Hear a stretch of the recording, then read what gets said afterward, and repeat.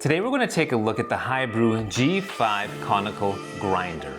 And this is a 48mm stainless steel burr grinder made for espresso and for other brew methods as well. I do think they were concentrating, however, on espresso. So when I look at the G5, I see a very small, very diminutive grinder in front of me. It's very portable, doesn't weigh very much, and you can fit it just about anywhere. As far as the specs are concerned, it's got a 180 watt motor, which is pretty good considering the small size of this thing.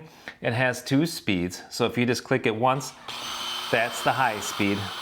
If you press and hold, it goes to a lower speed, and it illuminates blue. That's kind of nice. And of course, this is a single dose grinder. So what you're doing is just pouring in your 1 dose into the top here. You're gonna let it run through. It does automatically stop, by the way. And then as it's finishing, you just bang on the bellows a bit to get the rest of the coffee powder out. This does have stepless adjustment, which is nice. That does give you the advantage to be able to really dial in your grind exactly where you want it. And I've been right around 8 here for espresso with the bean that I'm using, which is a fresh medium roast with 20% Robusta, 80% Arabica. In fact, this is what the bean looks like right there. That's what I've been using, very tasty bean there. And we're gonna do a demo here in just a little bit. What I can say about the adjustment dial is, and I really think that this is one of the main things that differentiates one grinder from another, and that is how easy it is to dial in and to really see where you're at, because there is just a little tiny arrow there, and the arrow is a good centimeter away from the markings on the top, so it's not that easy to see exactly where you're at. One more thing I should mention before I go further is that HiBrew did send this to me in return for a review. So I got this model for free, but I'm going to tell you what I think about it, as well as the pros and cons. Another thing to consider is retention.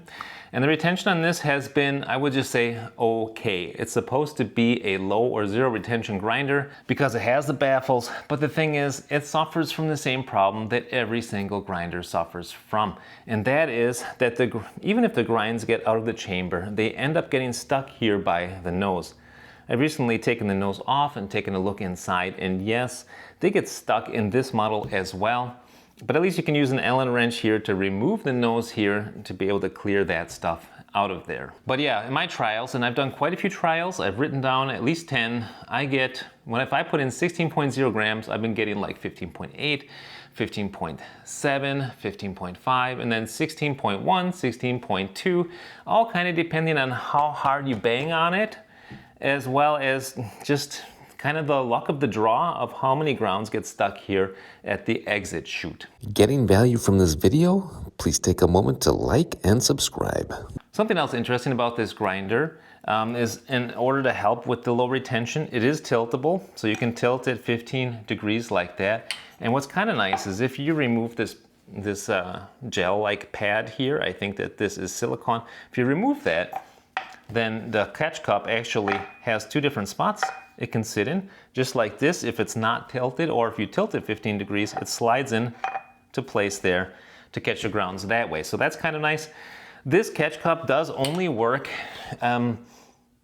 without this pad installed. I think the pad was supposed to have a magnet inside, but mine did not come with a magnet, so I've been actually using this grinder without that pad so that this stays in place. As far as the design of the grinder goes, it is made out of metal here. So the chassis is metal. You can see here it's knurled. So you've got, or it's got a crisscross pattern rather. So when you pick it up, you can get a decent grip on it. The base is metal as well. I think that that's aluminum. I'm guessing that this is aluminum as well. The bottom right here is plastic. It does have a CE rating on it. And this top part here is plastic. Okay, of course, the baffles is plastic. It's going to be plastic. The lid is plastic as well. You got this catch cup, which is metal. Whoop.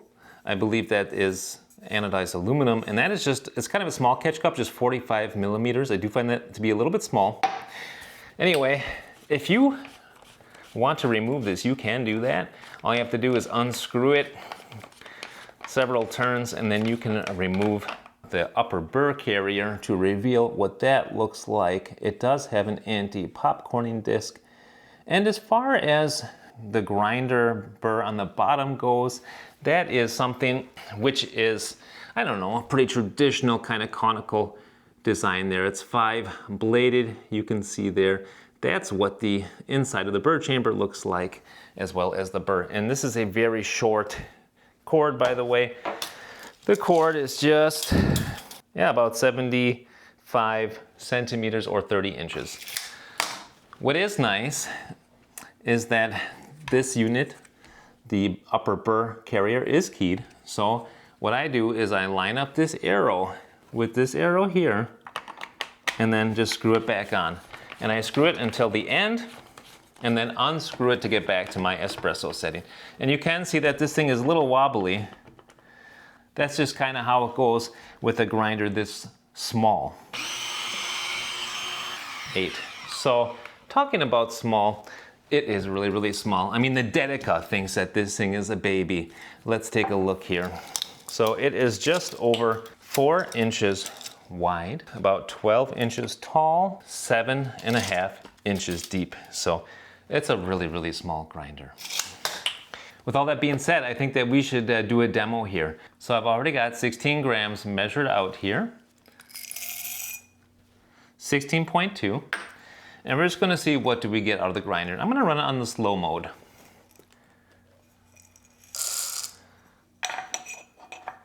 We'll tilt it just like that. All right, here we go.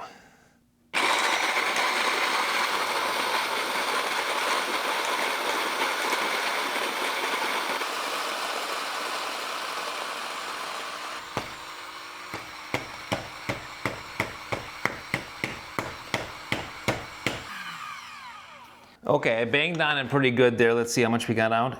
Oh, 16.2. So I got lucky that time. As I said, it does vary quite a bit depending on kind of just the luck of the draw. But anyhow, 16.2 grams out. And that's at a setting of 8. And that's what I've been running on the Dedica. So let's go ahead and make ourselves a shot and see what it looks like. All right, I'm gonna do the puck prep as I always would. Put on my funnel there. That's a 3D printed funnel that I made at the library. I'm gonna go ahead and use my WDT tool here as well to kind of try to distribute the grounds there.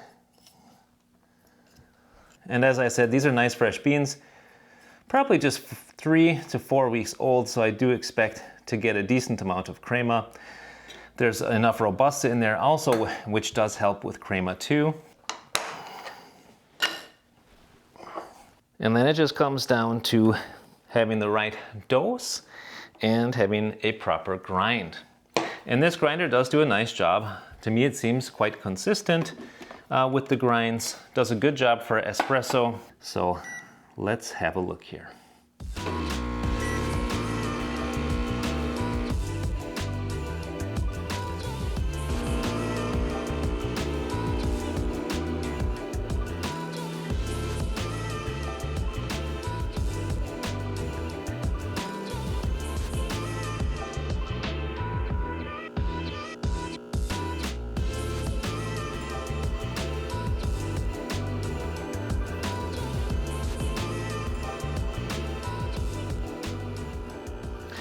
I'm gonna stop it right there at a 2-to-1 ratio in 34 seconds.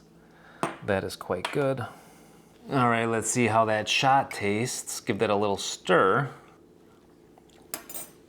Oh yeah. It has a ton of milk chocolate in there. Nice sweetness. Just a tinge of almonds. That is a really nice shot right there.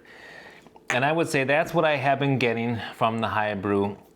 It's kind of what I was expecting. It does a nice job for espresso. As far as pour over is concerned, I have also used it for that. And I think it does a fine job. I am not a pour over expert by any means. As far as the flavor goes, I would say that there's not as much brightness as what I would like out of some of my beans. And it's just missing a little something in depth of flavor. But I really feel like this was designed more for espresso, and for that, does a very good job.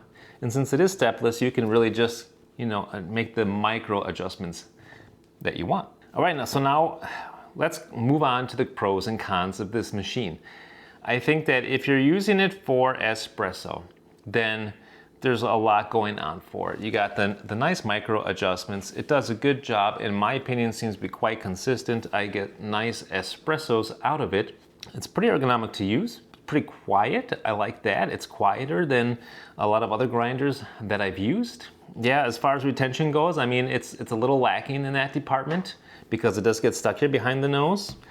Otherwise, I would say it works quite well.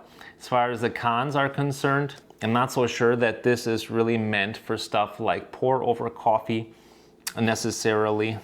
But the main thing for me is I don't prefer grinders this small that can just wiggle so much, because if you're banging on it, that sucker it's moving. I prefer something more stable, if I'm being totally honest. I would prefer something with a more stable footprint. Let's just say that. But I know a lot of people who are just looking to get into espresso, looking for an affordable model, are interested in this one, and I do think that it delivers for that purpose.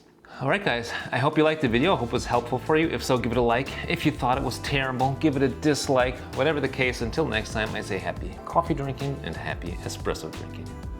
Bye now.